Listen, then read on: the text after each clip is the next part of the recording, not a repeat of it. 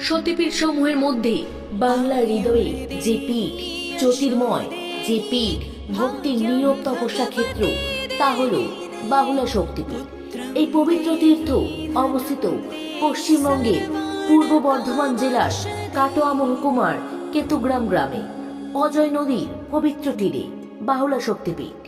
পুরাণ মতে দক্ষ যজ্ঞের পর শিব যখন মাতা সতীর দেহ নিয়ে তাণ্ডব নৃত্য করছিলেন, তখন ভগবান বিষ্ণু সুদর্শন চক্রে মাতা সতীর দেহ খণ্ডিত হলে এই স্থানে পতিত হয় দেবীর বাম বাহু। সংস্কৃত শব্দ বাহু অর্থাৎ হাত। সেই থেকেই পবিত্র পীঠের নাম হয়েছে বাহুলা।